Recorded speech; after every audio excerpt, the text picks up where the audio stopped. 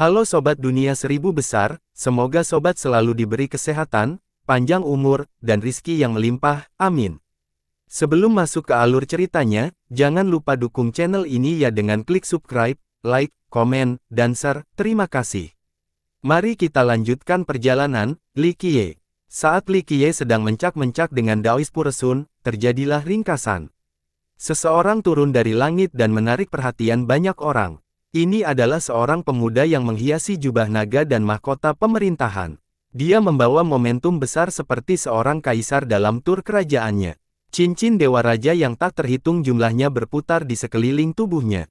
Masing-masing dari mereka memiliki dewa di tengahnya, jadi dia memiliki ribuan dewa yang melindunginya selain jutaan warga yang beribadah.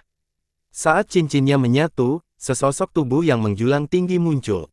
Itu mengumpulkan keyakinan miliaran orang, membiarkannya diselimuti oleh energi darahnya. Sosok tak terbatas ini sama sekali tidak tampak seperti bayangan. Sebaliknya, itu lebih seperti dewa sejati. Ia berdiri di belakangnya dan diam-diam melindungi pemuda ini. Angka ini bisa langsung menekan semua teladan dan dewa raja yang lebih lemah. Pemuda itu tidak perlu melakukan apapun, hanya sosok ini saja yang bisa menyapu semua musuhnya. Sekarang ini adalah raja sejati. Paragon yang lebih tua sedikit tercengang. Mereka memahami pentingnya bayangan di belakangnya.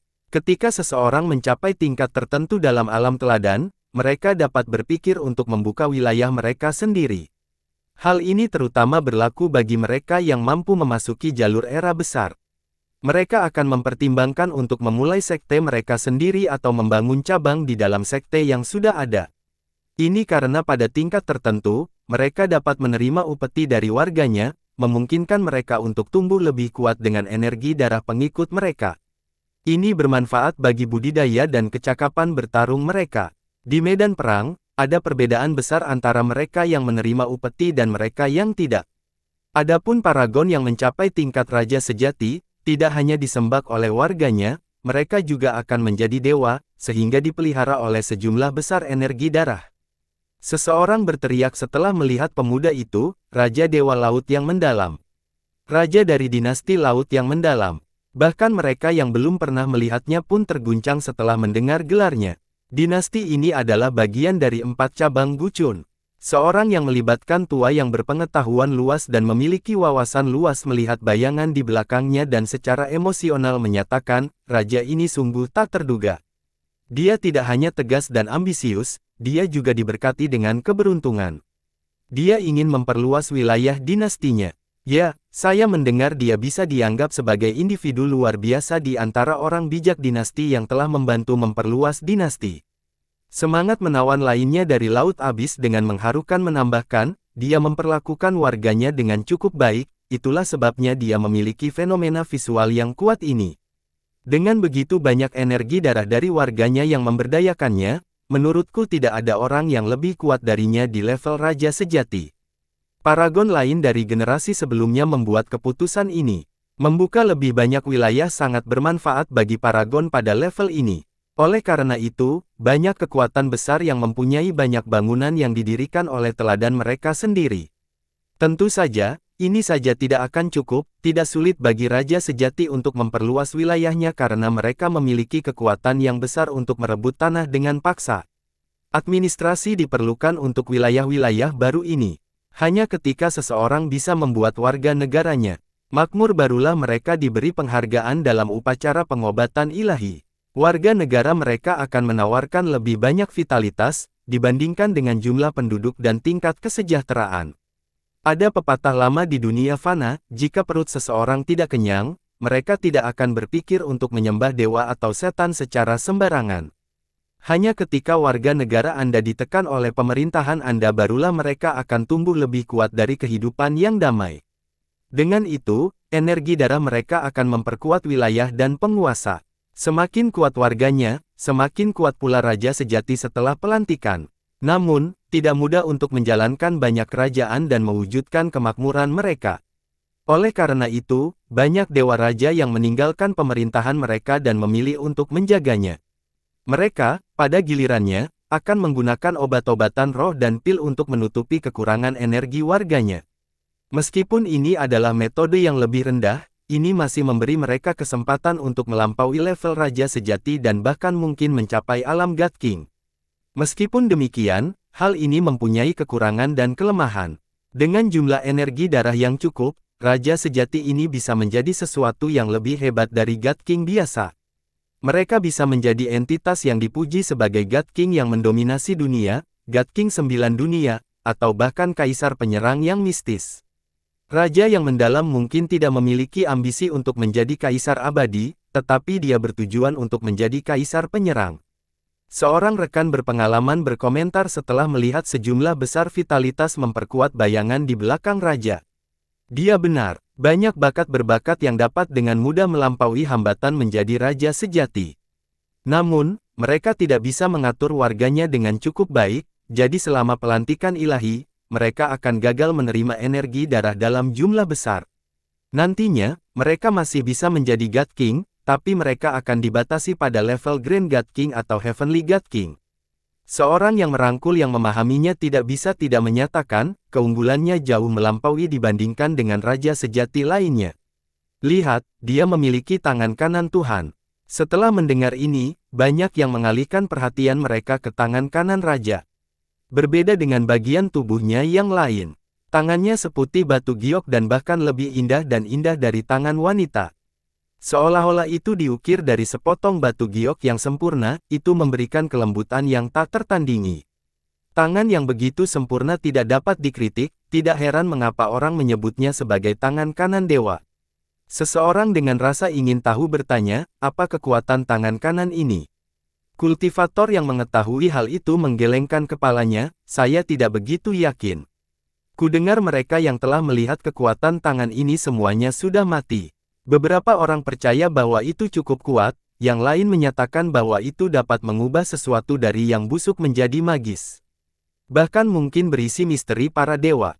Di bawah pengawasan orang banyak, raja menaiki perahu sekolah pemakan jahat dan masuk ke dalam.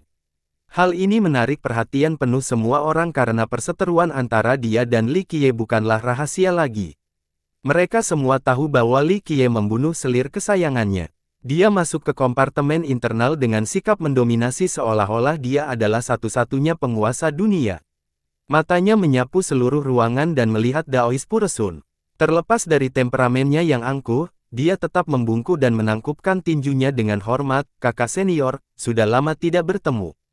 Dia mungkin adalah karakter yang unggul bagi orang luar, tapi dia tetaplah adik junior sang Daois dan tidak menunjukkan tanda-tanda arogansi di hadapannya.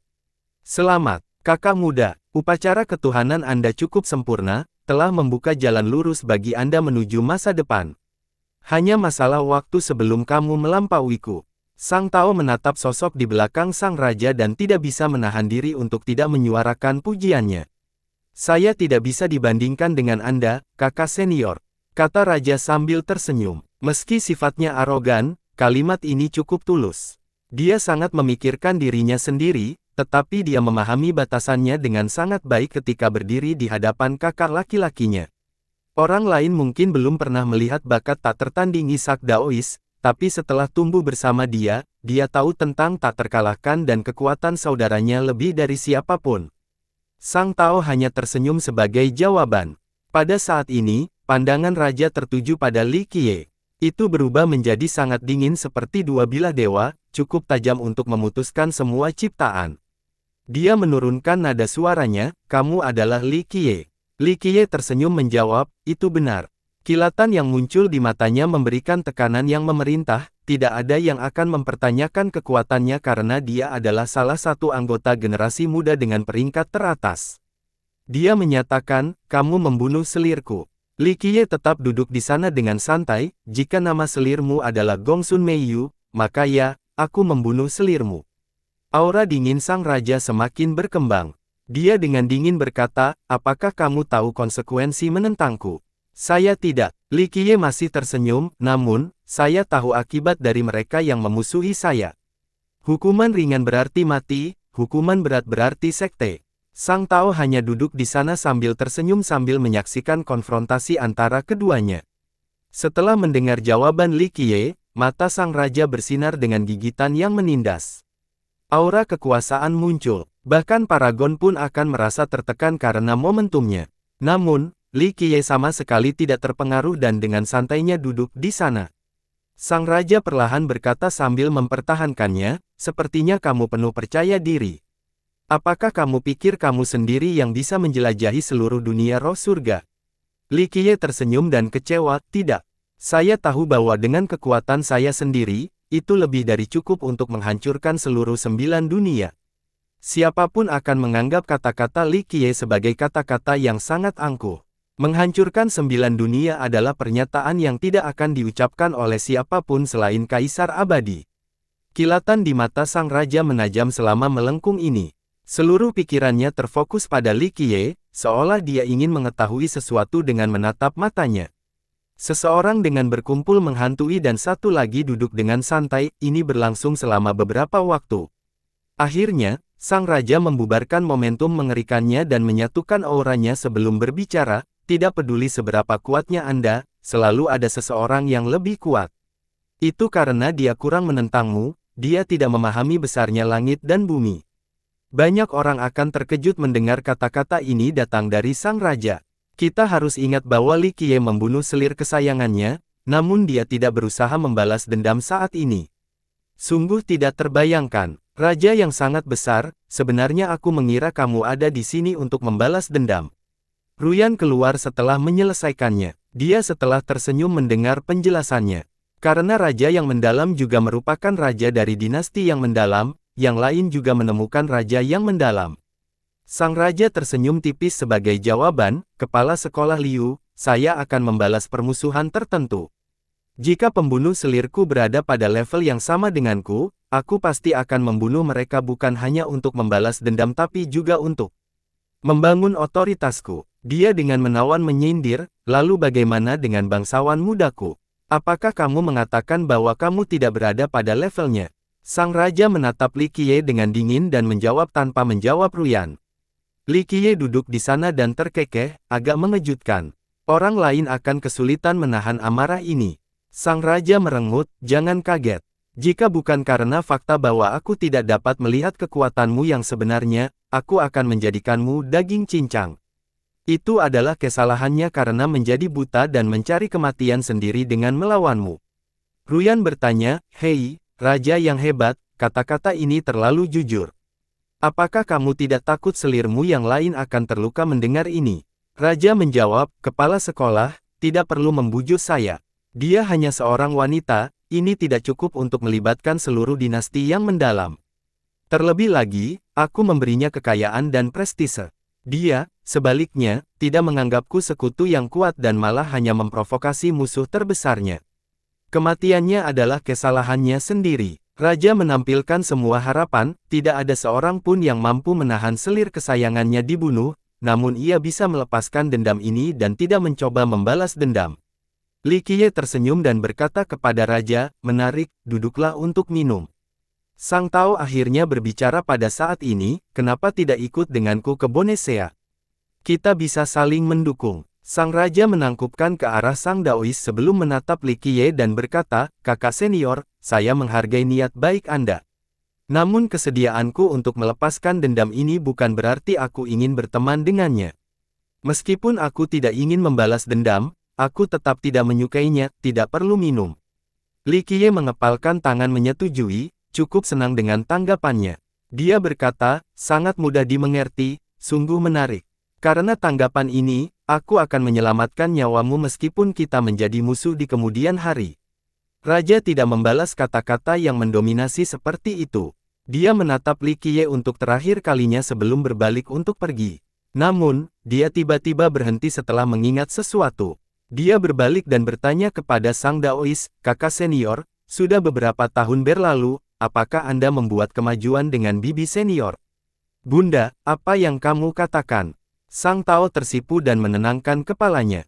Raja melihatnya dan melanjutkan, mengapa repot-repot bersembunyi ketika sudah mencapai level ini? Anda bukan satu-satunya yang mengetahui hal ini, bahkan dia sendiri pun mengetahuinya.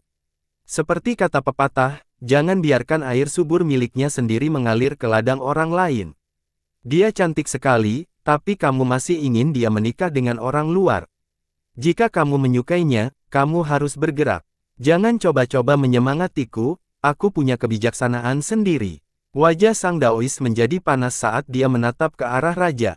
Berhenti, kakak senior, aku sangat mengenalmu. Segala sesuatu tentang Anda luar biasa di luar kekurangan ambisi Anda. Jika aku memiliki bakatmu, aku pasti sudah meraih kehendak surga. Meng Zentian ini atau apalah, aku akan dipenjaranya. Kamu menonjolkan bakat yang tak tertandingi, namun kamu menyia-nyiakannya dengan bermalas-malasan. Sang raja menunjukkan ekspresi menghina. Dia melanjutkan, tidak ada yang bisa dilakukan mengenai hal itu, seseorang tidak harus menjadi kaisar abadi. Namun, jika Anda bahkan tidak berani mengejar wanita yang Anda sukai, Anda akan semakin kehilangan berkah tertinggi Anda. Kakak senior, Anda harus mempertimbangkan kembali. Jika Anda tidak merayunya, orang lain akan memenangkan hatinya. Lagi pula, dia punya banyak pelamar di Heaven Spirit. Dengan itu, raja akhirnya pergi. Sang Tao hanya tersenyum masam tanpa menanggapi raja. Banyak mata yang menatap perahu raksasa di luar. Mereka mengira akan terjadi perkelahian antara raja dan Li Qiye. Namun, mereka terkejut melihat raja pergi. Bagaimana karakter bergengsi seperti itu bisa menahan kemarahan ini? Tidak ada yang tahu apa yang sedang terjadi, tapi mereka tidak berani berkomentar di hadapan raja. Raja juga tidak memedulikan pendapat mereka dan menaiki kapal Bonesip untuk menuju Bonesea. Kembali ke dalam perahu, Li Qiye meminum secangkir teh enak yang diberikan oleh Jianxi. Dia tersenyum pada sang Daois, adik laki-lakimu adalah orang yang menarik. Sang Taoisme balas tersenyum, dia selalu seperti ini. Kami tumbuh bersama dan dia sempurna selain menjadi sedikit arogan dan kompetitif. Dinasti yang mendalam, di tangannya, akan mampu bersinar. Sang Tao jauh lebih hebat daripada raja dalam hal bakat dan kekuasaan. Namun, keduanya memiliki persahabatan yang erat. Raja tidak pernah merasa iri terhadap kakak laki-lakinya yang luar biasa. Sebaliknya, dia merasa kasihan pada kakaknya. Menurut pendapatnya, penganut Taoisme bisa bersaing memperebutkan kehendak surga dan mungkin menjadi kandidat yang paling mungkin juga. Sayangnya, sang Daois tidak memiliki ambisi ini. Dia memilih jalan zaman agung daripada jalan surgawi. Lebih penting lagi, dia tidak pernah peduli pada ketenaran dan kekayaan, jadi meskipun dia mempunyai kekuasaan yang sangat besar, dia relatif tidak dikenal. Raja sendiri memilih jalur era agung karena saudaranya. Jika seseorang yang tak tertandingi seperti saudaranya tidak mendapatkan kehendak surga, maka akan sia-sia bagi orang rendahan seperti dia untuk meraihnya. Li Qiye sambil tersenyum berkata, namun, saudaramu benar. Jika Anda tidak berani mengejar seseorang yang Anda sukai, itu akan merupakan penghinaan terhadap bakat bawaan Anda. Sang Tao tidak dapat menemukan jawaban atas komentar ini dan tertawa hampa. Dia menyukai Master Istana Era Emas. Namun, sebagai bibinya, dia satu generasi lebih tinggi darinya. Hal ini membuatnya berada dalam situasi yang sulit. Bagaimanapun, mereka adalah sekte yang luar biasa di surga roh. Garis keturunan yang tak terhitung jumlahnya dan roh menawan memandang mereka sebagai pemimpin. Jika dia menikahi bibinya yang bela diri, itu memang tidak pantas mengingat reputasi sekte tersebut. Penguasa Pulau Puresun sangat luar biasa dalam hal budidaya, tapi sayangnya, Anda memperlakukan beberapa hal seperti yang dilakukan wanita.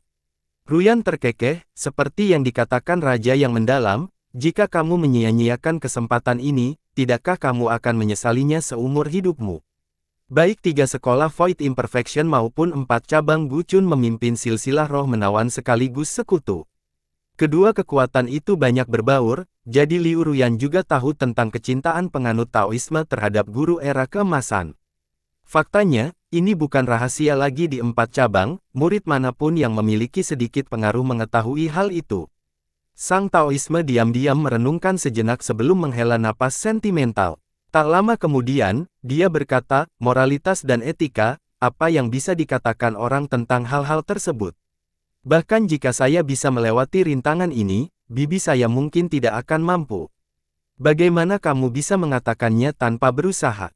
Li Qiye menawarkan, lakukanlah upaya sebelum mengambil kesimpulan. Ditambah lagi, keempat cabangmu tidak terlalu mementingkan moralitas. Nenek moyangmu, Kaisar Abadi Gucun, Kaisar Abadi Chen Hai, dan Kaisar Abadi Yanxi, pada dasarnya tidak terlalu kuno. Sang Taoisme masih ragu-ragu, tidak tahu bagaimana menyuarakan perasaannya. Li Qiye tertawa dan menepuk pundaknya, cobalah. Peluang ada di tangan Anda. Jika Anda gagal memahaminya, ia tidak akan ada lagi. Jika hari seperti itu tiba, kamu akan menyesalinya, dan ingat. Tidak ada obat untuk penyesalan. Sang Taoisme dengan tenang mengangguk. Ketika kelompok itu bersiap untuk berangkat ke Bonesea sekali lagi, orang lain datang berkunjung. Sebuah tulang kapal melayang dari Bonesea dengan dua orang di dalamnya, satu tua dan satu muda. Orang tua itu tampak luar biasa dengan pedang di punggungnya. Pedang ini tebal dan besar, sangat kontras dengan perawakannya. Meskipun dia menyembunyikan auranya, ada kilatan tajam di matanya seperti serangan pedang yang tak terhentikan, terbukti dari dao pedangnya yang menyesakkan. Sedangkan untuk kaum muda, banyak orang yang tahu bahwa itu adalah Bao Yujiang dari Dream Empyrean. Karakter yang lebih tua segera mengenali lelaki tua itu dan berseru, Cao Gujian. Cao Gujian. Yang lain bergidik setelah mendengar nama ini. Ini adalah murid termuda Meng Zentian. Rumor mengatakan bahwa ia menjadi murid langsung Zentian setelah bergabung dengan Dream Empyrean selama era Hard Dao. Meskipun Meng Zentian tidak menghabiskan waktu lama untuk mengajar Cao Gujian tentang otomotif, bakatnya cemerlang selama generasi yang sulit ini. Sulit menemukan lawan yang cocok untuknya di masa mudanya. Yang lain memujinya sebagai pendekar pedang terbaik di Heaven Spirit. Pada akhirnya, dia mencapai puncaknya dengan menjadi dewa raja yang hebat. Ingatlah bahwa sangat sulit untuk menjadi teladan di era Dao sulit, apalagi menjadi raja dewa. Setelah era ini berakhir, ia akhirnya menjadi Grand God King. Dikatakan bahwa jika dia tidak dilahirkan pada waktu yang salah, dia bisa menjadi God King yang tidak stabil. Bahkan jika dia tidak bisa menjadi God King 9 dunia, dia setidaknya akan menjadi God King yang mendominasi dunia. Cao Gujian menurunkan tulangnya dan menaiki perahu sekolah pemakan jahat. Dia memberitahu para murid di sini, mimpi murid Empyrean, Cao Gujiao. Di bawah perintah tuanku, saya di sini untuk menemui kepala sekolah Liu dan kepala sekolah Zuo. Banyak orang yang sedikit gemetar setelah mendengar hal ini, terutama mereka yang berpengalaman mencium sesuatu yang berbeda di udara. Mungkinkah Meng Zentian mulai merekrut para pahlawan dunia ini? Seorang master sekte berkumpul pada dirinya sendiri setelah membuat prediksi ini. Semua orang tahu bahwa Meng Zentian ingin menjadi kaisar abadi. Kandidat-kandidat ini tidak perlu membuat marah semua orang di dunia. Faktanya, sepanjang sejarah, banyak negara besar yang bersedia membentuk kandidat dengan kandidat yang menjanjikan. Kunjungan mendadak Cao Gujian di bawah perintah Meng Zentian ini memiliki perasaan yang berbeda. Seorang tetua yang berwawasan luas keramahan, jika tiga sekolah Void Imperfection membentuk aliansi dengan Dream Empyrean, dia akan menjadi sepupu. Jalannya menuju kaisar abadi akan lebih mudah. Meskipun sederhana, sekolah ketidaksempurnaan kekosongan masih merupakan raksasa dari ras roh tampan dan roh surga secara keseluruhan. Ia memegang posisi penting dalam tatanan duniawi. Jika mereka bersekutu dengan Dream Empyrean, maka tidak lama lagi, keempat cabang mungkin akan melakukan hal yang sama. Jika sampai seperti ini, Meng Zentian akan menang sepenuhnya, tidak ada yang bisa menghentikan pasukannya. Di dalam perahu, Ruyan dan Jianxi mendengar pesan dari para murid. Mata mereka saling menatap dan kemudian Li Qiye. Menurut mereka, sekolah mereka pasti akan mengikuti Li Qiye. Dia bisa mengambil keputusan apapun sebagai penggantinya. Pendeta Tao yang duduk di samping tersenyum dan berkata, tamu itu datang dengan niat buruk. Sang Taoisme cukup berkarakter, jadi dia secara alami memahami alasan kunjungan Cao Gujian. Li Qiye tersenyum dan menambahkan, saya paling menyukai tamu seperti ini. Bukankah akan membosankan jika semua orang selalu ramah? Hanya darah dan tulang, yang akan melukiskan jalan seorang kaisar abadi, yang penuh gairah dan kesenangan. Sikap acuh tak acuh Li Qiye membuat kedua gadis itu tersenyum tak berdaya. Bahkan seseorang yang gelisah seperti Ruyan, seorang iblis wanita, bukanlah tandingan Li Qiye dalam hal haus darah dan pembunuhan. Pembantaian dan pemusnahan klan hanyalah santapan biasa bagi Li Qiye. Seolah-olah hari tanpa perang dan darah akan menjadi hari yang membosankan dan sepi. Jangan lihat aku seperti itu. Dia terkekeh setelah memperhatikannya, saya bukan iblis pembunuh atau tukang daging, saya hanya menyatakan kebenaran. Jalan seorang kaisar akan diaspal dengan tulang-tulang kering, dan bahkan setelah menjadi seorang kaisar, masa depan masih akan penuh dengan rintangan dan kematian. Sang Taoisme tersenyum menanggapi, sebelum mengenal saudara Li, saya mungkin merasa menyesal karena tidak memilih jalan surga, tetapi sekarang, saya pikir jalan zaman agung lebih cocok untuk saya. Denganmu di sini, tidak ada kesempatan untuk menjadi kaisar. Kata-kata ini tidak diucapkan secara sembarangan. Dia benar-benar memiliki kekuatan dan bakat untuk meraih tahta. Apalagi jika Meng Zentian keluar, dia hanya perlu 3 hingga 5 tahun lagi sebelum bisa bersaing. Biarkan dia masuk. Li Qiye berkata pada Ruyan, jika Meng Zentian tidak datang, kita masih bisa mendengarkan muridnya sebentar. Ruyan mengikuti instruksinya. Beberapa saat kemudian, Bao Yujiang dan Cao Gujian dibawa masuk oleh para murid. Yujiang mengikuti gurunya masuk. Saat dia melihat Li Qiye, matanya menyala karena kemarahan. Dia memancarkannya seolah-olah perseteruan ini tidak akan berakhir sampai salah satu dari mereka meninggal. Gu Jian dengan sopan menyapa Ruyan dan Jianxi. Dia merasa agak terkejut melihat Daois Puren juga, jadi, penguasa Pulau Puresun juga ada di sini. Senang mendapat apresiasi dari Anda. Jangan khawatirkan aku hanya lewat saja. Sang Taoisme tersenyum dan pergi. Gu Jian menangkupkan berkumpul sebelum mengeluarkan dokumen secara resmi. Dia dengan sungguh-sungguh menyerahkannya kepada Ruyan dan Jianxi sambil berkata, saya telah mempercayai tugas untuk mengunjungi kepala sekolah oleh tuan saya. Keduanya melihatnya. Ini adalah dokumen komunikasi formal antara kekuatan besar dengan tanda tangan pribadi Meng Zentian. 3 kata, Meng Zentian, sangat agung dan memancarkan aura kuat yang menerpa wajah, seolah-olah dia sedang berdiri di depan mereka. Ruyan menerima dokumen itu dan dengan riang bertanya, ada urusan apa Anda di sini, Tuan Cao? Gu Jian ingin berbicara, tapi dia menahan diri untuk tidak melakukannya setelah melihat Li Qiye duduk santai di sana. Jianxi dengan anggun berkata, Li bangsawan muda dan sekolah ketidaksempurnaan kekosongan kami berada di pihak yang sama. Tuan Cao, kamu tidak perlu memperhatikan kata-katamu. Gu Jian menatap lebih lama sebelum berbicara, kepala sekolah Liu, kepala sekolah Zuo, kemunculan guruku kali ini pasti akan membuatnya menjadi kaisar abadi. Saya di sini untuk meresmikan persekutuan antara sekte kami untuk memimpin roh menawan di roh surga ke zaman keemasan baru dengan kontribusi abadi kami. Ini sesuai ekspektasi kedua gadis itu. Meng Zentian ingin menjadi seorang kaisar dan benar-benar berpikir untuk memimpin roh-roh yang menawan. Dia akan mampu meninggalkan warisan besar di masa depan. Kehormatan seperti ini merupakan godaan yang tidak mengganggu. Selain itu, dukungan dari sekolah ketidaksempurnaan Void berarti dia juga akan mendapatkan dukungan dari mayoritas ras roh tampan.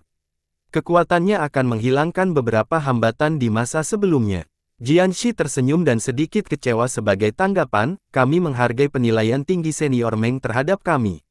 Namun ketiga sekolah kami selalu gratis dan tidak ada niat untuk bersaing dengan dunia. Sampaikan salam kami padanya. Gu Jian tercengang setelah mendengarnya. Dia tidak mengira dia akan mengambil keputusan secepat ini, dan tentu saja bukan persetujuan yang jelas itu. Dia mendapatkan kembali akalnya dan dengan cepat menjawab, kepala sekolah Zuo, tidak perlu mengambil keputusan sekarang. Tuanku berharap sekte Anda dapat memikirkan persahabatan dengan hati-hati. Anda harus berkonsultasi dengan para tetua sebelum mengambil keputusan. Meski berkedok persuasi, hal ini juga merupakan ancaman terselubung. Saya bisa memberi Anda tanggapan serius sekarang. Sekolah kami tidak bermaksud melibatkan diri dalam kompetisi ini. Saya tidak hanya berbicara atas nama sekolah musim semi suci saya, kata-kata saya berbicara untuk ketiga sekolah ketidaksempurnaan Void. Ini bukanlah keputusan yang impulsif atau melampaui batas kewenangannya. Faktanya, nenek moyang dari 3 sekolah telah memberikan jawaban yang jelas, Li Qiye. Di mata mereka, memilih penunggang jeda jauh lebih baik daripada bergandengan tangan sejati dengan kaisar abadi. Paus leluhur mereka sudah cukup kuat, dan penunggang paus akan mampu mengerahkan kekuatan aslinya. Dengan kombinasi ini, mereka dapat menyebar ke seluruh dunia. Daripada menyukai Meng Zentian, lebih baik memilih Li Qiye. Selain itu, mereka juga berpikir bahwa dia memiliki peluang besar untuk menjadi kaisar abadi. Menghabiskan beberapa hari terakhir bersama Li Qiye hanya membuat Jianxi semakin yakin. Membuat Li Qiye tinggal bersama mereka lebih penting dari apapun. Sikap tegas Jianxi dalam penolakan langsungnya membuat Cao Gujian terkejut. Dia datang dengan persiapan. Selama 3 sekolah Void Imperfection memiliki niat untuk membentuk persatuan, banyak syarat yang bisa dinegosiasikan. Tapi sekarang, Jianxi bahkan tidak repot-repot membahas kondisinya, ini membuatnya benar-benar bingung. Gu Jian mencoba lagi, kepala sekolah Zuo, kamu harus meluangkan waktu daripada langsung menjawab. Ruyan dengan dingin memotongnya kali ini, tidak perlu berpikir 2 kali. Kata-kata Sister Zuo mewakili sekolah Evil Devourer saya dan juga sekolah ketidaksempurnaan Void. Penolakan Jianxi adalah satu hal, tapi kata-kata Ruyan membuat Gu Jian kesulitan menerima hasilnya. Semua persiapan dan perhitungannya sia-sia. Dia menarik nafas dalam-dalam dan memberi tahu mereka dengan sangat tegas, kepala sekolah, kalian berdua seharusnya sudah tahu bahwa ketika guruku keluar, tidak ada yang bisa menghalangi jalannya. Saya tidak memuji diri sendiri atau berilan dengan sia-sia, tidak ada seorang pun di dunia ini yang memenuhi syarat untuk naik tahta di luar tuanku. Nada ini membawa keriuhan besar.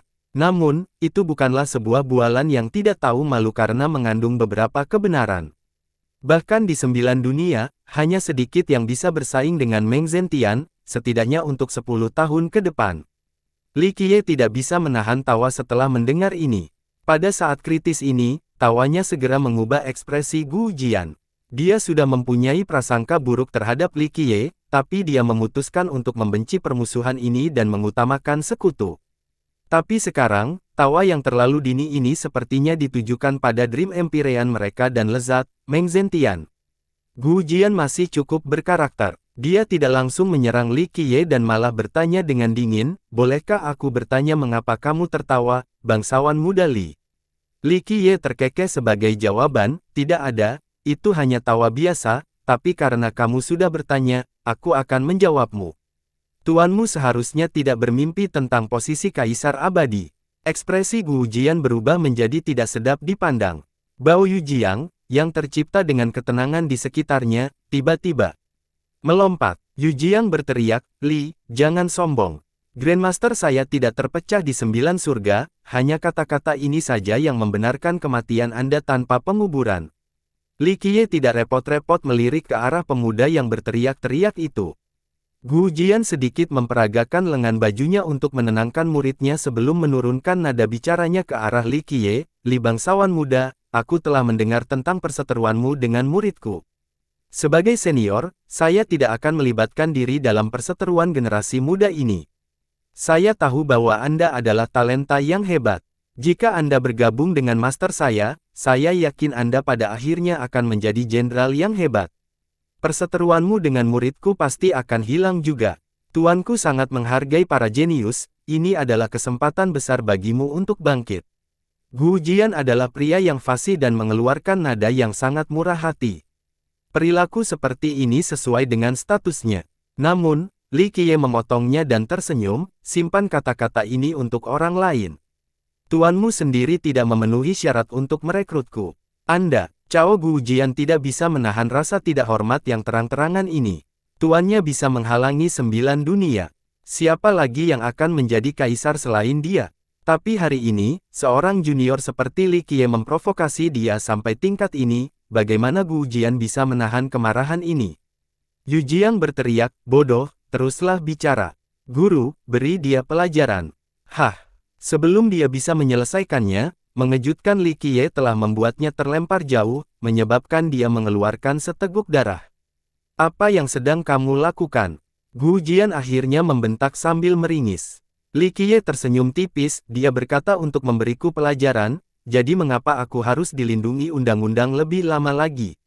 Sebagai gurunya, apakah ini waktunya bagimu untuk memberiku pelajaran juga? Li Qiye, hentikan kelancanganmu. Gu Jian sangat marah ketika dia berkata, saya mungkin tidak peduli dengan masalah Anda, tapi ini tidak berarti Anda bisa sombong di hadapan saya. Saat ini, matanya memancarkan cahaya yang menakutkan. Pedang suci di punggung mulai berbunyi. Meski masih terselubung, itu sudah memancarkan niat pedang yang mengerikan. Bao Yujiang naik dari geladak dan berteriak dengan keras, Tuan, balas dendam padaku, bunuh hewan kecil ini dan kupas kulitnya. Para pembudidaya di luar tidak tahu apa yang sedang terjadi. Yang membuat mereka heran, Bao Yujiang tiba-tiba terpesona. Li Qiye tersenyum dan keluar setelah mendengar ini. Dia dengan santai menjawab, "Yah, saya belum berolahraga selama beberapa hari sekarang." "Anda ingin bertarung, bukan? Keluarlah, jangan merusak perahu orang lain." Bao Yujiang ketakutan setelah melihat Li Qiye keluar dan terhuyung mundur. Meskipun dia diberi keberanian oleh para pendukungnya, dia masih cukup takut pada Li Qiye dari pemukulan sebelumnya. Mereka ingin bertarung. Para penonton tidak yakin apa yang sedang terjadi, tetapi mereka tahu pertarungan besar akan segera terjadi. Li Qiye, itu sudah cukup. Gu Jian tahu bahwa muridnya masih jauh dari tandingan Li Qiye. Dia segera berdiri di depan Yu Jiang dan dengan dingin berkata, "Kamu mungkin kuat, tetapi kamu tidak bisa melakukan sesukamu." Murid-murid Dream Empyrean tidak mudah diintimidasi. Sambil bersembunyi di belakang helikopter, Yu Jiang menjadi lebih berani dan berseru, "Benar. Li, kamu belum apa-apa, kamu masih berani berbicara bersaing dengan Grandmasterku. Kamu bahkan tidak layak membawa sepatunya, dia bisa menghancurkanmu dengan satu jari." Dia masih marah dengan pemukulan sebelumnya dan ingin membunuh Li Qiye untuk membalas dendam, tapi dia tahu bahwa dia bukanlah tandingannya. Dia ingin mendorong insentif untuk membunuh Li Qiye. Ini adalah satu-satunya cara dia menghapus penghinaan dari sebelumnya. Cao Gujian mengerutkan kening setelah mendengarnya. Dia datang untuk bersantai, tetapi kata-kata muridnya menenangkan suasana. Namun, dia tidak akan memarahi muridnya di depan umum. Muridnya telah diintimidasi oleh seseorang, jadi jika dia memarahinya sekarang, orang lain akan berpikir bahwa Dream Empyrean mereka terdiri dari orang-orang yang penurut. "Oh, saya sebenarnya ingin melihat betapa kuatnya Meng Zentian. Seperti kata pepatah, bunuh diri yang muda dan tua akan keluar, kan?" Setelah mengatakan itu sambil tersenyum, sosok Li Qiye tiba-tiba melintas dan langsung menuju ke Yu Jiang. Gu Jian terkejut melihat serangan ini. Pedang sucinya meninggalkan sarungnya untuk menghentikan Li Qiye. "Tuan Cao, jika kamu ingin bertarung, aku akan menghiburmu sebentar." Pedang Jianxi terayun lurus ke arah Gu Jian sebagai balasannya. Memperbaiki, kedua pedang itu diluncurkan, menyebabkan percikan api beterbangan kemana-mana. Kecemerlangan mereka menyerang langit. Ekspresi Gu Jian menunjukkan bahwa dia sekarang serius. Energi darahnya meletus bersamaan dengan aura pembunuh seorang God King. Dao pedangnya langsung melebar dan ingin memblokir Li Qiye dan menghentikan serangan Jianxi. Namun, Jianxi tidak menunjukkan kelemahannya. Dengan dengungan, fisiknya muncul dengan cahaya yang menyilaukan, fisik musim semi suci. Dalam sepersekian detik ini, energi darahnya melonjak seperti badai. Itu menjadi beberapa ratus kali atau bahkan ribuan kali lebih kuat sambil memperkuat serangan destruktif berikutnya. Serangannya langsung mencapai batasnya seperti sekelompok bintang yang meledak. Itu menciptakan domain pedang absolut yang turun ke dao pedang Gu Jian. Memperbaiki, kedua pedang itu saling menekan hingga berhenti. Di masa lalu, Kendo Gu Jian memiliki keunggulan, tetapi ia tidak dapat maju di bawah domain pedang absolut Jianxi. Dari segi budidaya, Jianxi memang bukan tandingan Gu Jian yang merupakan Grand God King. Namun, dia memiliki immortal fisik yang setengah selesai. Setelah fisik musim semi sucinya diaktifkan, dia akan memiliki energi darah yang tak terbatas, sehingga kekuatannya melonjak tajam. Bahkan gerakan paling biasa pun akan menjadi serangan paling mendominasi dan ganas karena energi darahnya yang tak ada habisnya. Fisik musim semi suci ini dapat meningkatkan energi darah seseorang hingga jumlah yang tidak dapat terkuras dan bertahan selamanya. Ini berarti bahwa seorang yang bertengkar dengan fisik ini mungkin bukan yang paling kuat di medan perang, tetapi mereka pasti yang paling tangguh. Sementara pedang domain absolut Jianxi berhadapan dengan pedang Dao Gu Jian, Li Qiye telah menyapu Yu Jiang dan mengedipkan mata. Mata Yu Jiang memutih saat dia terengah-engah. Li Qiye mempertahankan cengkeramannya dan terkekeh, "Jika seekor semut terus merosot di bawah kakiku, ingin menggigit, aku tidak setuju menyentuhnya sampai mati. Bu Tuan, selamatkan aku." Ketika kematian sudah dekat ini, Yu Jiang akhirnya merasa takut saat dia menjadi pucat dan meminta bantuan nomor. "Li Qiye, apakah kamu benar-benar ingin menjadi musuh Dream Empyrean kami?" Gu Jian juga khawatir. Meskipun dia adalah seorang Grand God King, dia tidak bisa dengan cepat mengalahkan Jianxi. Selain itu, dia sendiri memiliki harta karun kehidupan kaisar abadi. Dia tidak punya pilihan selain berteriak dan mengungkapkan dukungannya ketika kehidupan muridnya berada di ujung tanduk. Li Qiye, ting kembali semuanya. Jika kamu membunuh muridku hari ini, kamu akan menjadi musuh kami. Pada saat itu, tidak akan ada lagi tempat bagimu di dunia ini. Ancaman Gu Jian sangat terang-terangan, tapi itu bukan sekedar retorika arogan. Banyak yang bergidik setelah mendengar ini, termasuk Paragon. Dari generasi sebelumnya, membunuh cucu Meng Zentian di depan banyak orang adalah sesuatu yang tidak bisa dimaafkan. Kekuatan Meng Zentian sangat jelas. Jika dia benar-benar menjadi kaisar abadi, orang dapat dengan mudah membayangkan konsekuensi menjadi musuhnya. Seperti yang dikatakan Gu Jian, dunia mungkin luas, tapi tidak ada tempat bagi mereka untuk bersembunyi. Oleh karena itu, seseorang perlu mempertimbangkan kemampuannya sendiri setelah mendengar ancaman seperti itu. Namun, hal ini sepertinya tidak berlaku pada Li Qiye yang hanya tersenyum menanggapinya. Ruyan juga terkekeh dan berkata tanpa emosi, "Tuan Chao, apakah ini pendapat pribadimu, atau kamu mewakili kehendak tuanmu?" "Saya berbicara atas nama tuan saya." Dia segera menjawab, "Li Qiye, jika kamu ingin mempertahankan diri, melepaskan muridku sekarang atau menghadapi konsekuensinya." Dia takut vas itu pecah saat mencoba membunuh tikus itu. Dia tidak bisa membunuh Jianxi dalam waktu singkat dan tahu bahwa meskipun dia mencoba menyelamatkan Yu Jiang, itu hanya akan mendorongnya semakin menuju kematian. Oleh karena itu, dia harus meminjam wibawa gurunya untuk mengintimidasi Li Qiye agar menyelamatkan muridnya. Hal ini ditanggapi dengan senyuman riang dari Li Qiye, "Saya sebenarnya ingin melihat wasiat Meng Zentian dan apakah itu bisa menyelamatkan cucunya atau tidak." Oleh karena itu, dia menjepitnya. Suara gemuruh bergema bersamaan dengan teriakan Yu Jiang. Jiwanya hampir meninggalkan tubuhnya karena ketakutan ketika dia berteriak, "Tuan, selamatkan saya."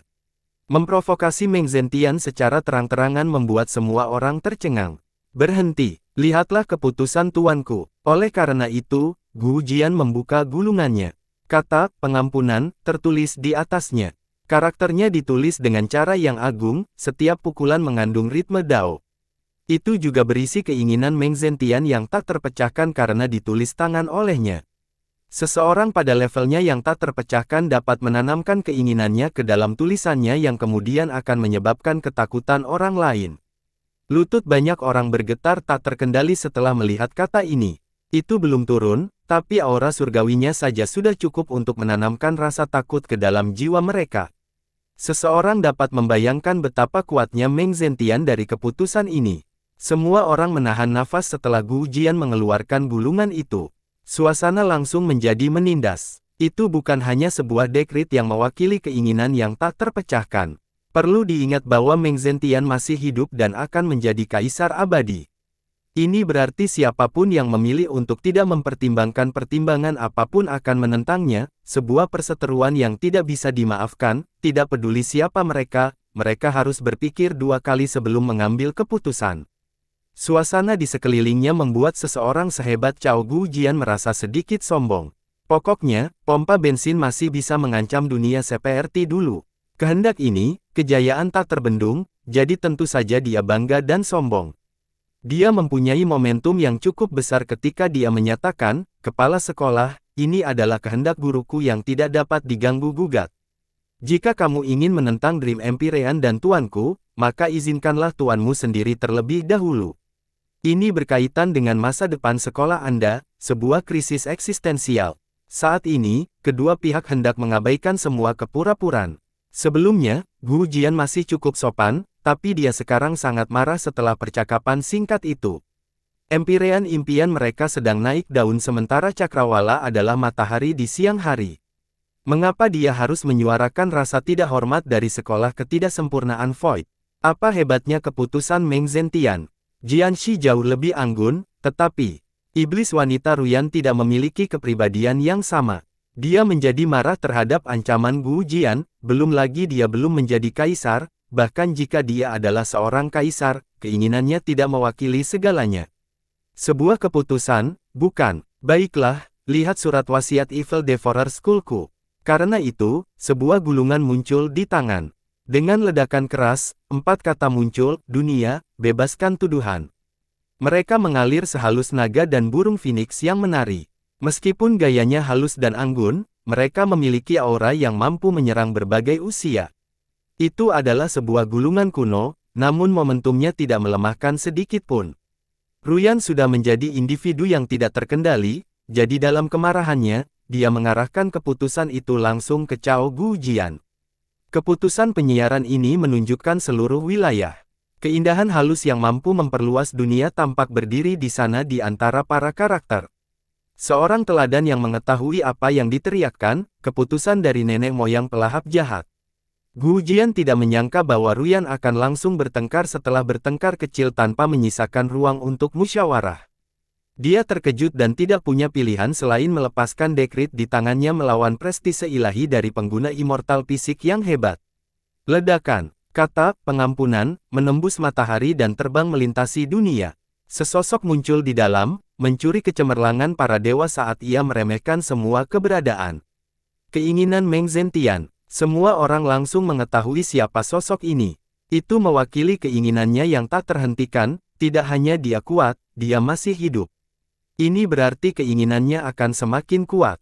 Itu membuat semua orang berpikir bahwa masalah sebenarnya ada di hadapan mereka. Penggarap yang lebih lemah tidak dapat berdiri tegak dan harus berlutut di tanah karena tidak mampu menahan tekanannya. Belum menjadi kaisar tetapi sudah bertindak seperti kaisar. Ruyan mencibir. Dia tanpa rasa takut melepaskan seluruh kekuatan dalam gulungannya. Ledakan. Keputusan ini seolah hilang, memberi ruang bagi munculnya lubang hitam yang menakutkan. Sosok halus yang berdiri di dalam lubang hitam membuat rambutnya berkibar tertiup angin. Dia melihat sekeliling dan siap melahap dewa dan iblis. Ini adalah keinginan nenek moyang Evil Devourer. Meskipun dia tidak menjadi kaisar abadi, dia adalah pengguna fisik abadi yang bisa menyerangnya. Dengan kehancurannya, sosok Meng Zentian juga meletus dan tumbuh sangat tinggi. Dia bisa merebut bintang-bintang serta seluruh dunia di telapak tangannya. Seolah hentakan kakinya mampu meratakan segalanya. Namun, keinginan ini tidak dapat bertahan melawan pengguna fisik. Ledakan. Di bawah tekanan terus-menerus dari nenek moyang, sosok perkasa Zentian tiba-tiba meredup. Tubuhnya yang mengenakan langit perlahan menyusut. Seorang tokoh besar memeluk dirinya sendiri, ini benar-benar master penyelesaian yang hebat di puncak. Bahkan jika dia tidak memiliki fisik ini, budidayanya saat itu pasti lebih kuat dari Meng Zentian. Ini adalah eksistensi nyata yang mampu menyakiti seorang kaisar. Keduanya merupakan keputusan, namun keputusan Meng Zentian lebih rendah dibandingkan dengan nenek moyang pelahap jahat. Terlepas dari kenyataan bahwa dia masih hidup, keputusannya tidak bisa menolak keinginannya. Bagaimanapun, itulah yang dikatakan oleh kekhawatiran itu sebelumnya, dia adalah eksistensi sejati di tingkat kaisar penyerang. Mencakupnya di atas kesempurnaannya, immortal fisik, memberikan kekuatan yang tak terduga. Gemuruh, sosok raksasa Meng Zentian ditekan dan menjadi semakin kecil. Kata, maaf, memudar karena keputusan Ruyan. Ekspresi Gujian berubah jelek setelah melihat ini. Namun, dia sedang menunggangi seekor harimau dan tidak bisa turun. Dia berteriak dan memanggil harta karun. Di bawah penguatan energi darahnya, itu memancarkan niat bertarung yang kuat yang menyatu dengan keinginan Meng Zentian, menyebabkannya menjadi lebih kuat. Sekarang dia tidak mampu menahannya. Ini adalah harta karun yang diciptakan secara pribadi oleh Zentian. Itu berisi hukum prestasi dan niat perjuangannya yang kuat. Meng Zentian benar-benar kuat. Banyak orang yang gemetar setelah melihat ini. Meskipun ini mungkin terlihat seperti pertarungan antara Ruyan dan Gujian, itu adalah konfrontasi sepanjang waktu antara nenek moyang Evil Devourer dan Meng Zentian. Tentu saja nenek moyang memenangkan pertukaran pertama meskipun dia sudah tidak ada lagi di dunia ini. Namun, Zentian memiliki harta karun yang digabungkan dengan keinginannya. Hal ini memungkinkan bayangannya menstabilkan situasi dan menahan tekanan. Jianxi dengan elegan bertanya di belakang, Tuan Cao, Anda ingin menguji persenjataan kami? Memperbaiki. Sebuah pedang muncul di tangan. Dalam sekejap mata, aura kaisar abadi mengamuk seolah-olah seorang kaisar telah tiba secara pribadi. Ledakan. Sosok Meng Zentian tidak dapat menahan perkembangan ini dan langsung pingsan. Keputusan di tangan Cao Gujian tiba-tiba berubah menjadi abu saat dia terhuyung mundur. Energi darahnya berputar karena berputar yang sekarang diberikan padanya. Pedang Jianxi adalah senjata penindasan yang ditinggalkan oleh Kaisar Abadi Wu Gou. Hasilnya telah ditentukan saat keluar. Keinginan Meng Zentian tidak sebanding dengan keinginan Kaisar Abadi. Saat ini, pemandangan menjadi sunyi. Gu Jian sangat marah. Jianxi benar, mereka memperkecil persenjataan mereka. Sumber daya sekte Anda masih terlalu lemah. Li Qiye terkekeh dan berkata, Meng Zentian sendiri mungkin bisa melakukan sesuatu, tapi kamu hanyalah seekor rubah yang mengerahkan kekuatan seekor harimau dengan datang ke sini seperti ini. Kembalilah dan beritahu Meng Zentian bahwa tidak peduli seberapa kuat dia berpikir dia lebih baik mulai bertindak cerdas atau selama pemilihan awal pemerintahan, saya akan memenggal kepalanya dan menggantungnya di lokasi tertinggi di roh surga. Dengan itu, dia memelintir leher Bao Yujiang. Bocah itu tidak punya waktu untuk berteriak. Matanya terbelalak keheranan karena dia tidak menyangka Li Qiye akan berani membunuhnya di depan. Kemarahan Gu Jian tak terkendali. Dia melolong pembohong dan ingin membuat kemajuan, tetapi Jianxi dan Ruyan menghalangi jalannya. Satu orang memiliki dekrit sekolah Evil Devourer sementara yang lain memiliki pedang kekuasaan. Mereka juga mengaktifkan Immortal Fisik yang setengah selesai, Evil Devourer Fisik dan Secret Spring Fisik. Sangat mudah untuk membayangkan kehebatan pertempuran mereka ketika mereka membawa artefak ini.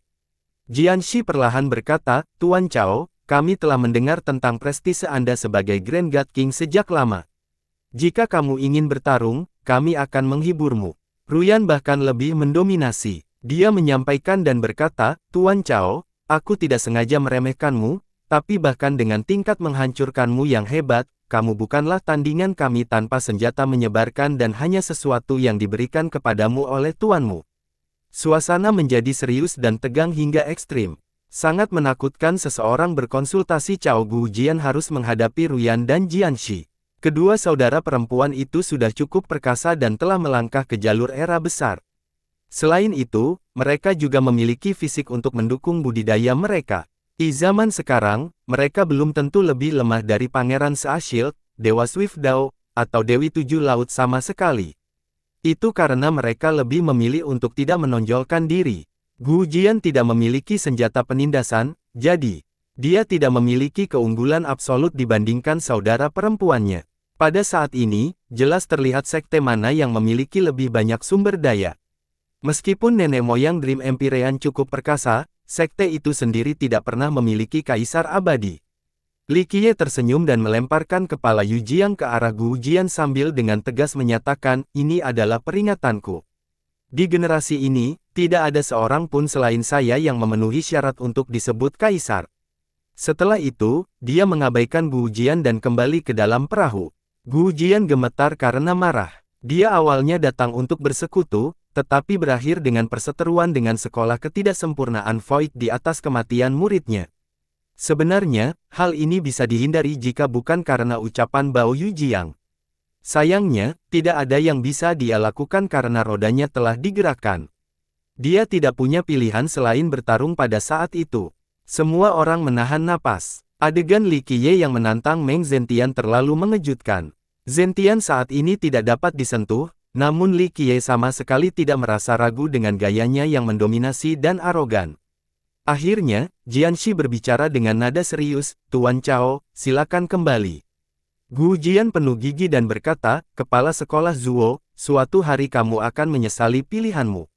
Kehancuran sekolah ketidaksempurnaan Void akan terjadi karena ini. Tuan Cao, terima kasih telah menolak sekolah kami. Ruyan terkekeh, pilihan kita adalah urusan kita sendiri. Terlebih lagi, kamu harus sampai tuanmu benar-benar menunggu menjadi kaisar abadi sebelum berbicara tentang menghancurkan kami karena dengan statusnya saat ini, kami masih dapat dengan mudah menekannya. Ini adalah deklarasi besar. Itu menunjukkan kekuatan sebenarnya dan kartu sebagai tersembunyi dari sekolah ketidaksempurnaan Void. Banyak orang tiba-tiba menyadari sesuatu. Mungkin sekolah-sekolah tersebut masih memiliki eksistensi yang mampu menyerang kaisar abadi saat ini. Akan sangat mengejutkan jika ini benar. Menyerang kaisar adalah topik yang sangat serius. Jika mereka masih memiliki keberadaan seperti ini, sekolah mereka akan benar-benar tak terduga. Gu Jian dengan marah melangkah sebelum pergi, tidak ingin tinggal lebih lama lagi. Dia akan membalas dendam ini suatu hari nanti, tapi dia yang berpengalaman menyuruhnya untuk menanggungnya untuk saat ini. Kerumunan memikirkan apa yang baru saja terjadi dalam diam sambil memeriksa ekspresi satu sama lain. Seseorang yang berada di dekatnya, fierce cukup mendominasi dan ganas. Bukan hanya Cao Gujian yang marah, saya khawatir Meng Zentian tidak akan menelannya dengan mudah. Karakter yang lebih tua bertanya-tanya, apakah ini awal dari perebutan tahta? Seorang teladan tua dari generasi sebelumnya menjelaskan, jika Li Qiye ingin menjadi kaisar, dia harus mengambil langkah ini. Munculnya Meng Zentian berarti bahwa ia akan menjadi saingan terbesar bagi semua jenius muda yang ingin menjadi kaisar. Hanya masalah waktu sebelum seseorang keluar untuk menantangnya. Sejak Zentian mengalami kompetisi terakhir, ia memiliki keunggulan dibandingkan para jenius lainnya. Meski begitu, Li Qiye adalah penantang pertama. Orang-orang yang berpengetahuan tahu betapa kejamnya jalan menuju kaisar. Jenius yang tak terhitung banyaknya telah dikuburkan, tulang-tulang mereka membuka jalan bagi penguasa berikutnya.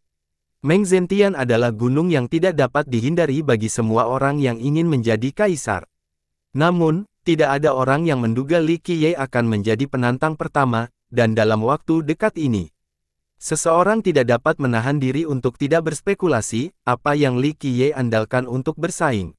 Akankah pohon merak menjadi pelindung daunnya, atau mungkin leluhur yang tak terkalahkan dari sekolah? Ketidaksempurnaan Void. Dalam pikiran mereka, Li Qiye sangat kuat, tapi dia masih belum bisa menandingi Meng Zentian. Dia masih terlalu muda, budidayanya belum mencapai level itu. Mengingat keadaannya, ini berarti Li Qiye memiliki orang-orang yang cukup kuat untuk melindunginya. Jika tidak, dia akan dibunuh sebelum bisa melakukan apapun. Sang Taoisme berkomentar dengan penuh emosi setelah Li Qiye kembali, gaya dominanmu adalah sesuatu yang tidak akan pernah bisa kupelajari. Jika kamu memilih jalan surga, kamu juga akan memiliki kesempatan. Li Qiye melirik ke arah itu dan tersenyum. Sang Taoisme berjanji sebagai jawaban sambil tersenyum masam, tidak, saya senang telah memilih jalan era besar. Bakatku mungkin membuatku bisa bersaing dengan orang lain, tapi setelah bertemu denganmu, aku belajar bahwa aku hanya akan menjadi tulang kering yang membuka jalanmu menuju tak terkalahkan.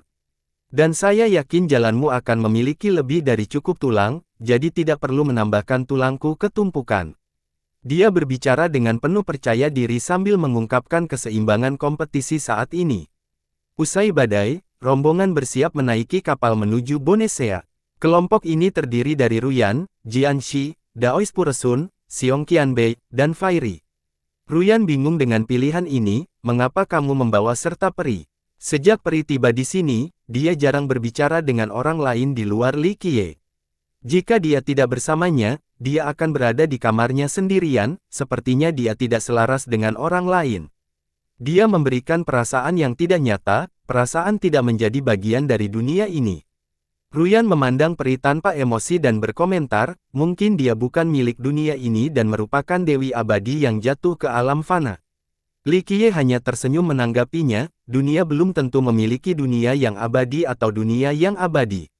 Tapi terlepas dari apakah ada makhluk abadi di dunia ini atau tidak, siapapun yang pernah melihat peri sebelumnya akan terpesona dan terpesona. Jika yang abadi ada, dia pasti akan dianggap sebagai salah satunya. Daois Puresun menjadi bingung setelah melihatnya juga. Pada saat ini, kelompok Li Qiye sedang menunggu tulang belulang. Sekelompok kapal lain telah tiba, namun Li Qiye memilih untuk tidak naik. Ruyan melihat bahwa Li Qiye tidak berniat untuk naik ke kapal karena semakin banyak kapal yang lewat dan bertanya, kapan kita akan naik? Menunggu kapal yang lebih besar dan kokoh. Li Qiye sambil menjawab perairan yang kacau. Dia mengeluarkan sebuah kotak kayu dan jimat pelindung sebelum membagikannya kepada kelompok, tempelkan ini di tubuhmu agar kerangka itu tidak menyerangmu setelah kita melanjutkan. Ini adalah jimat yang dia beli dari Old Chu. Tentu saja, dia yakin bisa membedakan barang bagus dan palsu. Kelompok itu menarik dan mengingat instruksinya. Sebuah kapal besar akan datang. Setelah penantian panjang, akhirnya datanglah kapal besar yang mampu menampung lebih dari 1000 penumpang. Tampaknya itu terbuat dari tengkorak raksasa dan memancarkan cahaya putih pekat. Ada banyak kerangka yang tersebar di kapal. Salah satunya adalah Rasta yang dikenal dengan 4 kaki dan 8 tangan. Makhluk setengah naga, setengah ular juga hadir di antara kerangka raksasa tertentu. Dapat dikatakan bahwa ada lebih dari sekedar sisa-sisa pembudidaya di kapal ini, ada juga kerangka binatang buas. Semua penggarap yang hanya menunggu bisa menonton. Beberapa karakter besar dari generasi sebelumnya mau tidak mau menjilat bibir mereka. Semua orang tahu bahwa kapal yang lebih besar lebih aman. Tentu saja, syarat pertama adalah menghancurkan semua kerangka. Tanpa melakukan hal ini, menaiki kapal tersebut sama saja dengan bunuh diri. Namun, makhluk-makhluk itu lebih kuat di kapal yang lebih besar. Jika seseorang tidak cukup kuat, akan menjadi usaha yang bodoh untuk naik ke kapal. Jadi, ketika kapal besar ini mendekat, orang-orang hanya terus menonton. Datang, Li Qiye memerintahkan dan melompat bersama peri. Anggota kelompok lainnya juga dengan mudah melakukan lompatan. Setelah itu, mereka mengikuti instruksi Li Qiye dan memasang jimat di tubuh mereka. Benar saja, kerangka itu tidak bergerak sama sekali, seolah-olah mereka tidak menyadari kehadiran penyusup itu. Penonton merasa cukup iri setelah melihat keberhasilan boarding. Namun, rasa iri itu berhenti karena mereka tidak berani mengikuti mereka. Apakah itu kerangka burung phoenix? Ruyan memperhatikan ada mayat di geladak. Itu tampak seperti burung raksasa. Meskipun bertahun-tahun telah berlalu dan tulang-tulangnya telah hangus, keilahiannya masih terpancar pada pecahannya. Ia mempertahankan keilahian setelah penyiksaan waktu yang tiada henti. Orang bisa dengan mudah membayangkan betapa kuat dan menakutkannya burung ini dulu. Tidak mudah untuk bertemu dengan burung phoenix asli di dunia ini. Bagaimanapun juga, ia adalah makhluk yang tak ternilai harganya dan tak terkalahkan. Li Qiye tersenyum dan kecewa, sungguh luar biasa memiliki garis keturunan burung phoenix. Jianxi dengan penasaran bertanya, dari mana asal tulang-tulang ini? Apakah para ahli ini telah meninggal saat bertualang di Bonesea? Li Qiye menjawab, belum tentu. Dalam arti tertentu, para petualang yang mati hanya merupakan sebagian kecil di sini. Giliran sang Daois yang mengajukan pertanyaan, saya mendengar Bonesea berisi segunung kerangka. Apakah ada perbedaan antara kerangka di sini dan kerangka di Bonesea? Mengapa mereka berada di kapal yang mengikuti pola bola balik ini? Li Qiye terkekeh mendengar pertanyaan ini adalah pertanyaan kunci.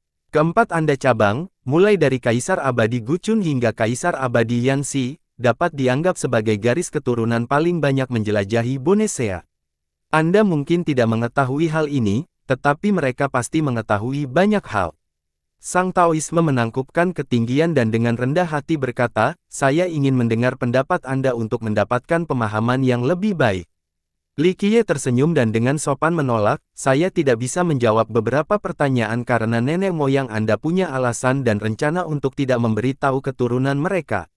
Namun, saya bisa menjawab pertanyaan terakhir untuk Anda. Dia menatap lautan luas di depan dan melanjutkan, alasan mengapa kapal tulang ini bolak-balik adalah karena mereka tidak dapat melarikan diri, mereka tidak dapat meninggalkan Bonesea. Dalam arti tertentu, kerangka di kapal ini ingin melarikan diri dari Bonesea. Sayangnya, itu hanyalah angan-angan. Mereka ingin melarikan diri. Kelompok itu terkejut setelah mendengar ini. Xiong Qianbei harus bertanya, tetapi mereka sudah mati. Apakah karena keinginan untuk kembali ke rumahnya untuk dimakamkan di sana? Penguburan di rumah. Li Qiye tidak bisa menahan tawanya. Dia berjanji padanya dan menjawab, roh surga bukanlah rumah mereka. Maksudnya itu apa? Ruyan menjadi penasaran, mereka datang dari tempat lain ketika mereka masih hidup. Anda sedang memikirkan masalah yang sama sekali berbeda. Li Qiye sedikit tersenyum, sangat sedikit orang yang meninggal di Bonesea yang memenuhi syarat untuk duduk di kapal khusus ini.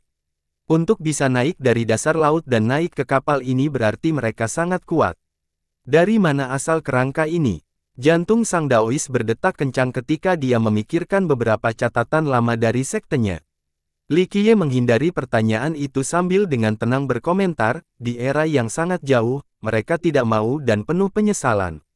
Oleh karena itu, Anda dapat melihat pemandangan ini. Sekarang, kapal tulang ini hayut di Bonesea.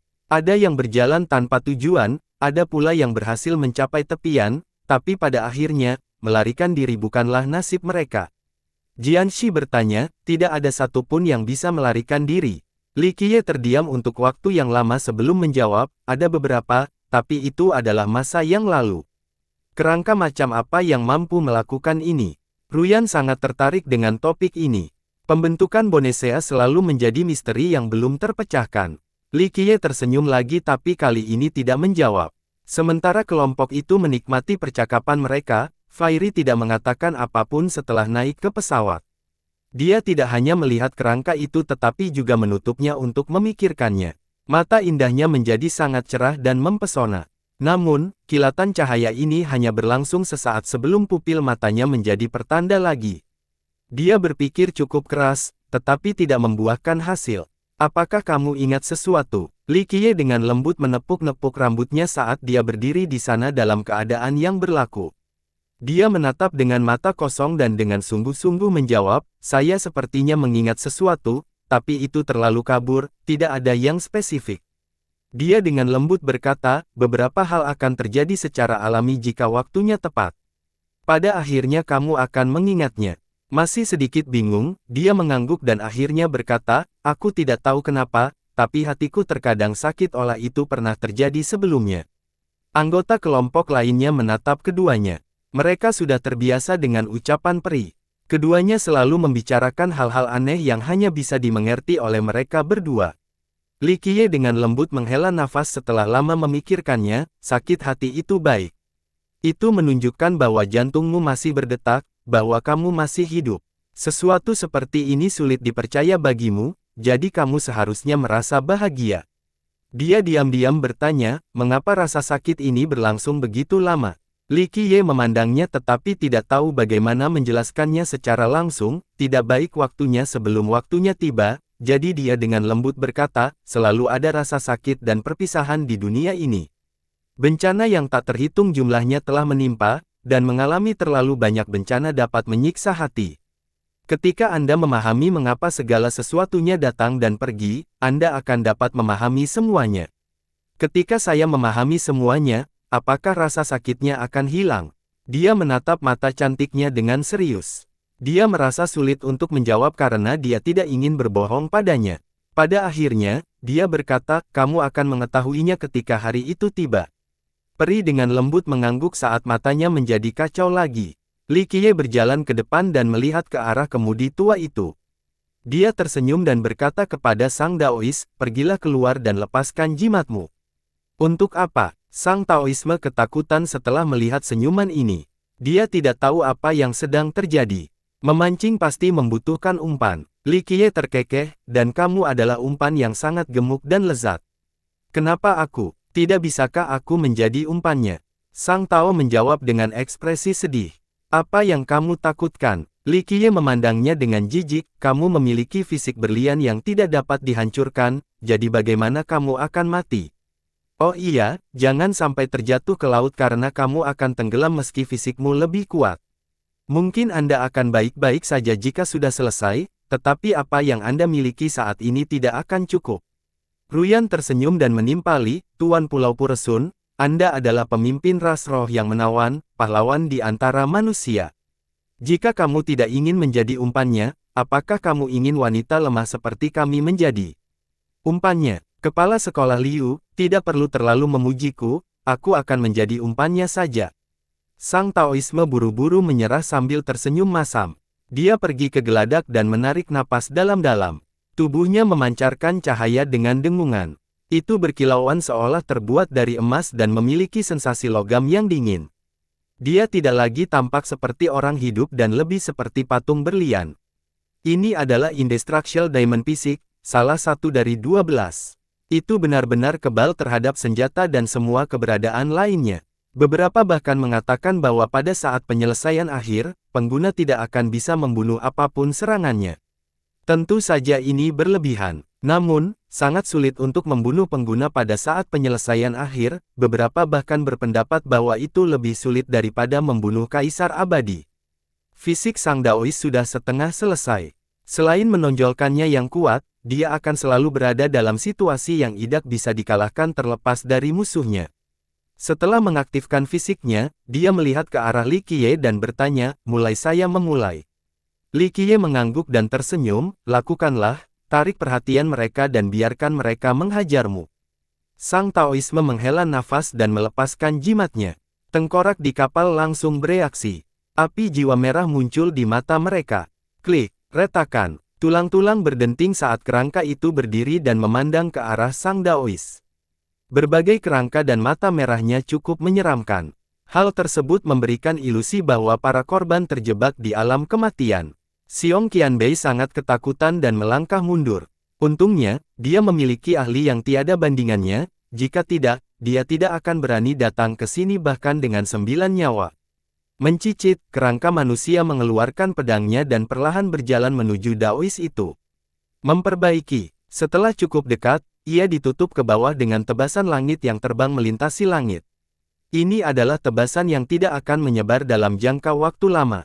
Mungkinkah mengerikannya hal ini? Pedang ini memiliki tanda-tanda karat dan spiritualitas yang memudar. Meskipun dulunya adalah pedang yang tak terkalahkan, waktu telah berubah menjadi sebagian besi tua.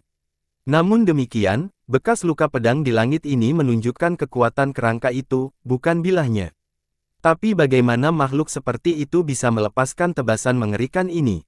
Dari mana datangnya kekuatan? Bilahnya menghantam tubuh Sang Daois, menyebabkan percikan api berterbangan kemana-mana. Tubuh metalik Sang Daois sama sekali tidak terluka, bahkan tidak ada sedikit pun bekas yang tertinggal. Itu bukan karena kerangkanya lemah. Seorang teladan akan mati seketika jika mereka terkena serangan seperti itu, tetapi tidak dengan Daois Puresun dan fisiknya yang luar biasa kuat. Memperbaiki, memperbaiki, memperbaiki. Kerangka itu melancarkan serangan seperti badai pada Sang Daois. Setiap tebasan bisa menghancurkannya. Percikan api lebih baik, tetapi Sang Daois tetap tidak terluka. Pekikan, kerangka burung Phoenix juga terbang sambil menangis. Ia membuka mulutnya dan menghirup sinar matahari ke segala arah. Namun, nyala api yang membara ini tampak seperti udara yang mengalir melalui dirinya. Mentah. Binatang raksasa itu meraung dan berlari menuju Sang Daois.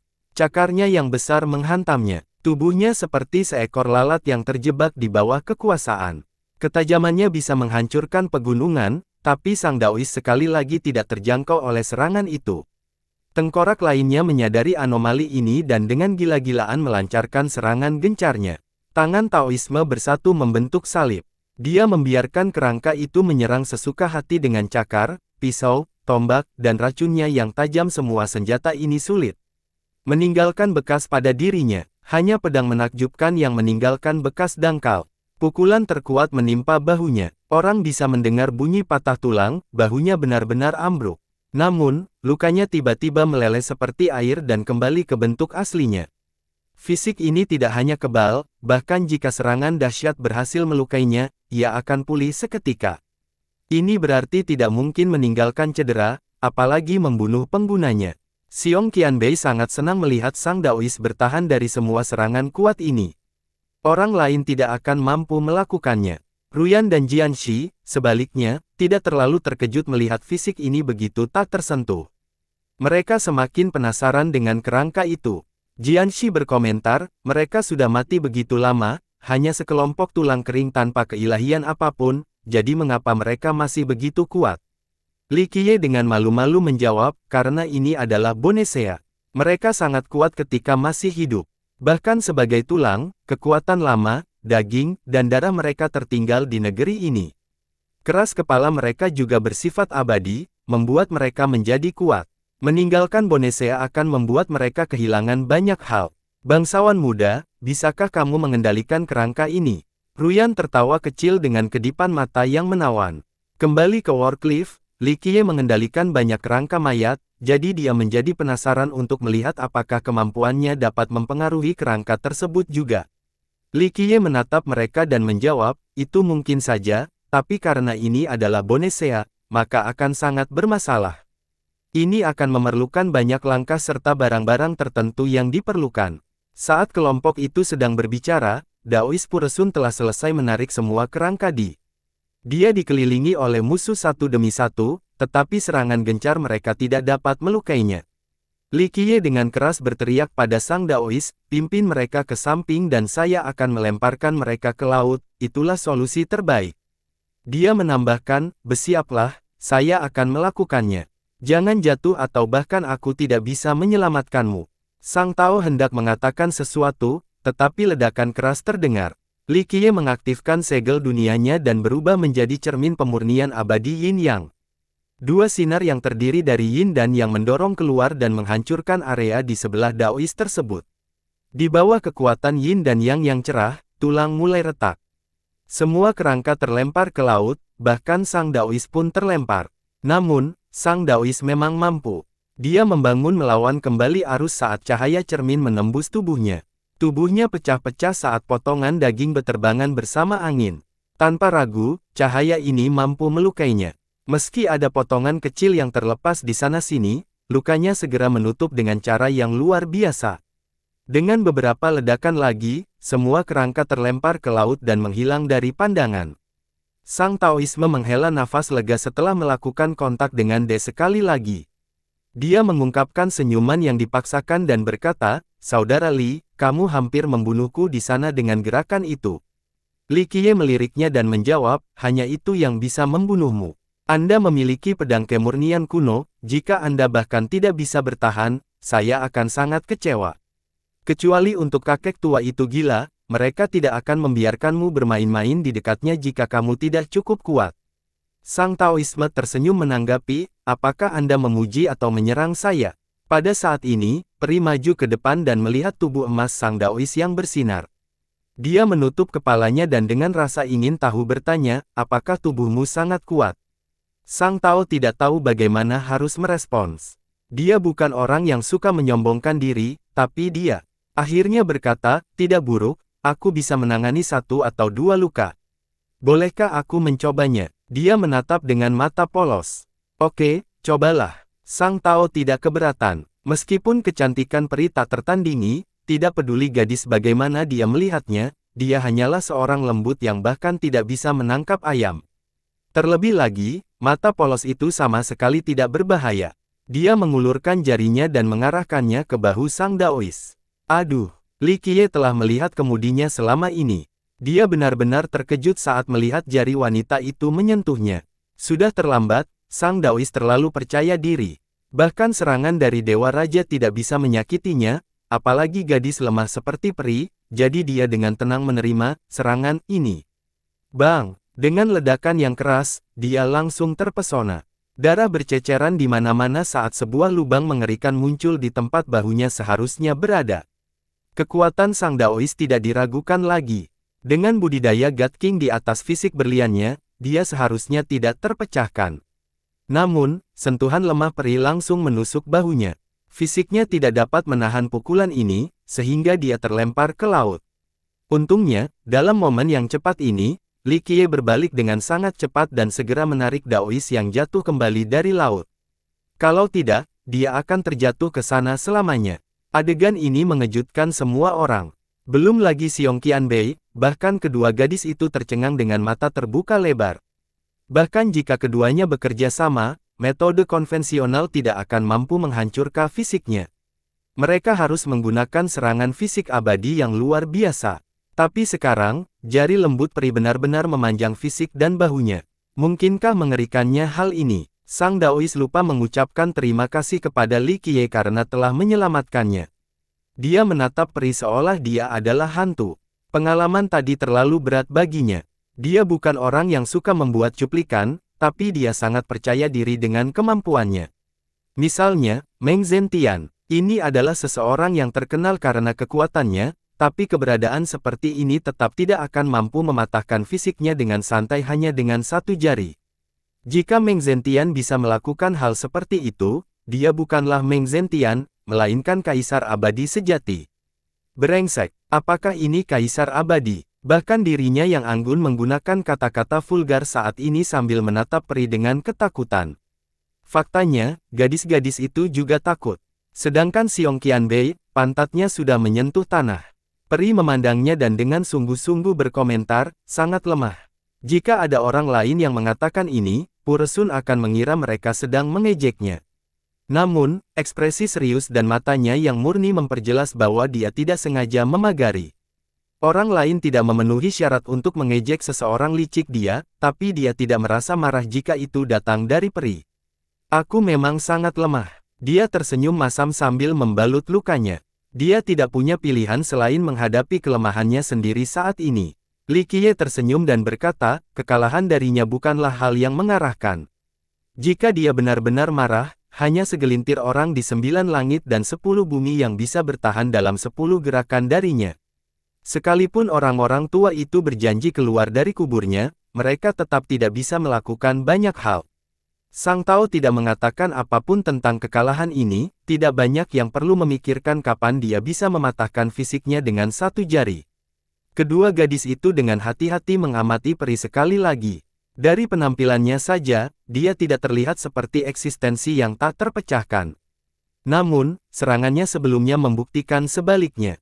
Dia benar-benar tak terpecahkan. Sementara itu, Dide, Qianbei menelan ludahnya. Dia merasa sedikit haus dan tidak tahu apakah dia harus merasa menyesal atau takut. Sayangnya, itu karena dia menjual peri yang tak terpecahkan dengan harga kubis, secara relatif. Karena takut, dia sebenarnya membawa peti mati kayu itu secara rahasia begitu lama. Apalagi dia membantingnya lebih dari sekali atau 2 kali. Jika selama proses ini, peri keluar dan memikirkannya, dia akan menjadi debu hanya dalam satu serangan, kematian tanpa penguburan. Memikirkan konsekuensi yang mengerikan berkeringat membuatnya dingin. Dia secara sempit dan tanpa disadari telah menghindari bencana. Apakah semua orang selemah ini sekarang? Bingung, dia bertanya pada Li Qiye sambil menatapnya dengan sedikit rasa ingin tahu. Yang lainnya tidak bisa berkata-kata. Sebagian besar kelompok besar di sini dapat melakukan perjalanan keliling dunia dengan bangga, terutama para Daois yang lebih kuat dari Ruyan dan Jianxi. Namun, peri membuatnya terdengar seperti mereka tidak akan mampu menahan satu serangan pun, seolah-olah mereka tidak berarti seperti semut. Tapi sang Daois tidak punya keinginan untuk membantahnya. Peri memang memenuhi syarat untuk menyebut lemah setelah kejadian sebelumnya. Xiong Qianbei, sebaliknya, memang karakternya kecil. Jika kelompok Daois itu lemah, maka orang seperti dia bahkan tidak memenuhi syarat untuk menjadi seekor semut. Li Qiye tersenyum kecut setelah mendengar ini. Dia dengan lembut bulunya dan berkata, waktunya berbeda. Beberapa orang pada akhirnya harus menghadapi beberapa hal. Sepanjang era, banyak makhluk tak stabil telah mati, sehingga penduduk dari semua ras tidak lagi berkembang pesat. Apa yang kami miliki sekarang masuk akal. Perihal menjawab ini, Li Qiye dengan lembut menghela nafas dan melanjutkan, suatu hari, dunia akan kembali ke puncak. Namun, ini sama sekali bukan hal yang baik. Ketika hari itu tiba, malapetaka akan datang lagi. Kurangnya datang setelah puncak, ini adalah tatanan alam yang tidak bisa dihindari. Komentar Li Qiye cukup membingungkan para pendengarnya. Mereka tidak dapat memahami banyak hal yang dibicarakannya. Peri terus berpikir dengan matanya bersinar terang. Pada akhirnya, dia menjadi bingung lagi karena penjelasan singkat ini tidak cukup. Li Qiye tersenyum dan kembali ke kemudi. Tangannya menyala dengan tanda sempit yang membentuk aliran cahaya. Mereka perlahan-lahan mengalir seperti waktu itu sendiri dan sepertinya memiliki kehidupannya sendiri. Rune ini melilit getaran dan membara ke dalam. Kecepatan kapal meningkat sambil memberikan sensasi yang sulit digambarkan. Sepertinya aliran air ingin memenuhi seluruh tulang. Ruyan segera bertanya, apa yang kamu lakukan, bangsawan muda? Dia tersenyum dan terus mengendalikan rune yang mengalir, mengambil kendali atas tulang untuk membawa kemanapun yang saya inginkan. Mereka bisa mengendalikan. Jianxi terkejut mendengarnya. Kepercayaan umum adalah bahwa kapal-kapal ini tidak dapat dikendalikan. Mereka yang menaiki kapal hanya bisa membiarkan kapalnya hanya kemanapun mereka mau, tentu saja, mereka juga memiliki pilihan untuk berpindah kapal selama perjalanan. Li Qiye tersenyum menanggapi, itu tergantung orangnya. Jika Anda memahami misteri dan esensi dasar Bonesea, maka kapal Anda dapat menghilangkan batasannya dan mengendalikan terlepas dari kekuatan seseorang. Tentu saja, Anda semakin kuat pula kapalnya setelah pengambil alihan. Ini adalah misteri yang cukup besar dalam skema besar. Oleh karena itu, seluruh kapal menyala. Itu terbuat dari beberapa tulang aneh dan setelah bangun tidur, itu memancarkan perasaan hangat seperti batu giok. Orang bisa melihat rune panjang menyebar ke seluruh kapal. Mereka cukup halus dan indah, membuat seluruh kapal tampak seperti sebuah mahakarya yang diukir. Setelah diperiksa lebih dekat, orang akan menemukan bahwa rune ini cukup rumit. Ada tumbuhan dan juga binatang langka. Mereka membawa aura zaman dahulu yang alami dan luas. Rupanya ada sesuatu yang terekam dalam pola ini. Kelompok itu dengan hati-hati melihatnya tetapi tidak dapat membacanya. Meski mereka bisa merasakan kesedihan sentimental, misterinya masih luput dari perhatian mereka. Hanya peri yang menikmati kehadiran mereka sepenuhnya. Dia akhirnya menyimpulkan, semuanya tumbuh sampai dunia dimulai kembali. Kelompok itu sedikit terkejut setelah mendengar ini. Rupanya kalimat ini mengandung rahasia abadi. Di antara era yang panjang, belum ada satupun yang dianggap sebagai akhir zaman. Li Qiye menggelengkan kepalanya, itu hanya bisa dianggap sebagai keruntuhan. Kehancuran sesungguhnya adalah ketika segala sesuatu lenyap dan waktu menjadi abu. Kapan hari itu akan tiba? Dia menatap dengan mata jernih. Li Qiye berpikir sejenak sebelum menjawab, itu pasti akan terjadi karena era besar sudah dekat. Kelompok yang terkejut itu sepertinya menyadari bahwa mereka baru saja mendengar sebuah rahasia yang sulit dipercaya. Sang Tao tidak dapat menahan diri untuk tidak bertanya kepada Li Qiye, akankah dunia ini benar-benar hancur? Dia tidak menjawab sang Daois. Peri terus menatap Li Qiye seolah ingin mengetahui jawaban darinya. Dia malah membuat pernyataan, selama saya masih di dunia ini, hari itu tidak akan tiba. Semuanya akan berakhir apa adanya sebelum saya menerima jawaban yang dijanjikan dari surga yang jahat. Jika apa yang ada di atas 9 cakrawala tidak memberiku jawaban, maka aku akan menurunkannya dan menjadikannya milikku sendiri.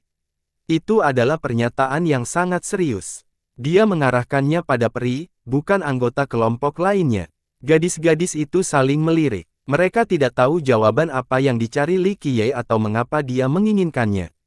Mereka cukup penasaran, namun tidak berani bertanya-tanya karena dilihat dari ekspresinya, itu adalah hal yang sangat penting. Mata peri terus beralih dari kecerahan ke kebingungan karena ingatannya masih kabur. Dia dengan tulus menjawab, meskipun aku tidak ingat banyak dan masa laluku kosong, kamu pasti lebih hebat dariku dan layak dikagumi. Li Qiye tertawa menanggapinya, kedengarannya cukup sarkastik bagi orang lain, tapi aku merasa cukup senang ketika kamu mengutarakannya. Tentu saja, tayangan itu menampilkan kata-katanya. Tak lama kemudian, dia dengan lembut menenangkan kepalanya, hidup kita berbeda, dan hal yang sama juga berlaku untuk nilai kita. Sehubungan dengan kehebatan dan ketidakterdugaan, kenyataannya adalah aku bukan tandinganmu. Dia merenungkan dengan hati-hati sebelum menolak gagasan, tidak, saya tidak pernah memikirkan pertanyaan sejauh ini karena saya belum mencapai level itu. Selain bertahan hidup dan melihat makhluk hidup lainnya, saya belum pernah mendalami hal-hal lain karena saya telah melewatkan era terbaik. Di era seperti itu, saya gagal mengejar makna sebenarnya di akhir dunia. Li Qiye menjawab, tidak, inilah mengapa kamu luar biasa dan patut dikagumi. Di dalam hati Anda terdapat makhluk hidup lain, kasih sayang, dan belas kasihan, semua ini mengubah zaman itu sendiri. Saya berbeda dari Anda. Kamu memiliki terlalu banyak kekhawatiran dan hal-hal yang kamu pedulikan di hatimu sementara aku hanya memikirkan diriku sendiri dan penjelasannya, tidak ada yang lain. Jadi, di jalur ini, keberadaan lain hanyalah orang yang lewat sekilas. Saya tidak menunjukkan belas kasihan kepada siapapun atau apapun yang mencoba menghalangi jalan saya, dan saya tidak akan pernah berhenti karena alasan apapun. Jika saya adalah transformasi yang kejam, maka Anda adalah evolusi belas kasih. Dia mengakhiri ini dengan senyuman mencela diri sendiri. Peri memandangnya dengan mata yang seolah-olah menatap lurus ke kedamaian. Beberapa saat kemudian, dia dengan sungguh-sungguh bertanya, apakah Anda benar-benar bersedia menyerahkan semuanya? Apakah tidak ada hal di dunia ini yang kamu pedulikan? Li Qiye memilih diam, jadi dia tidak menjawab pertanyaannya. Berdengung. Pada saat ini, rune akhirnya menyelesaikan seluruh kapal. Kapal ini sekarang tampak seperti sepotong batu giok putih yang diukir. Suara yang menyenangkan dan tajam terdengar. Rune dalam bentuk roda gigi dengan warna berbeda muncul di dekat kemudi. Tampaknya setiap perlengkapannya terbuat dari perunggu. Penampilan mereka mengeluarkan suara mekanis yang mengengkol. Li Qiye senang melihat rune ini dan segera menggerakkan kemudi. Di bawah pengaruhnya, persneling berpindah dan kapal mulai bergerak menuju tujuan yang diinginkan. Kesuksesan kelompok itu memulai setelah melihat Li Qiye dengan mudah mengendalikan kapal. Li Qiye tersenyum dan berkata kepada kelompoknya, "Bagus. Duduklah dengan tenang, saatnya untuk berakselerasi." Seluruh kapal menjadi terang. Roda gigi rahasia di kemudi berputar dengan cepat. Astaga, semua kelompok sedikit terkejut. Bonesip kini melaju dengan kecepatan yang luar biasa menembus angin dan ombak. Ia sebenarnya melompat ke udara di atas udara karena kendali Li Qiye. Kapal mereka dengan cepat melewati banyak kapal tulang lainnya, meninggalkan mereka dalam debu. Banyak orang yang sudah menaiki kapal sebelum Li Qiye, jadi mereka sudah lebih dulu memulainya. Namun, mereka hanya bisa duduk diam dan membiarkan kapal-kapal lain perlahan-lahan menjauh sementara Li Qiye melaju menuju Bonesea. Banyak yang mengejutkan dan mengira mereka hanya melihat sesuatu. Seseorang berkomentar dengan tidak percaya, betapa keterlaluannya, apakah sebenarnya ada tulang yang secepat itu di dunia ini? Dengan kecepatan seperti itu, tidak akan memakan waktu lebih dari 1 jam untuk sampai ke Bonesea sementara kita membutuhkan waktu lebih dari 10 hari untuk terhanyut seperti ini. Seseorang yang pernah ke sana sebelumnya menghitung waktunya. Tentu saja tidak semua kapal hayut menuju Bonesea, ada pula yang hayut. Beberapa memiliki kerangka sementara yang lain benar-benar kosong. Qianbei memperhatikan kapal-kapal yang kosong dan bertanya, mengapa beberapa kapal kosong? Ini menunjukkan bahwa beberapa orang pernah menaikinya di masa lalu dan membunuh kerangka tersebut sebelum meninggalkannya, sehingga kapal-kapal ini terus mengapung. Meskipun Puresun belum pernah ke Bonesea sebelumnya, dia masih tahu sedikit. Bersambung.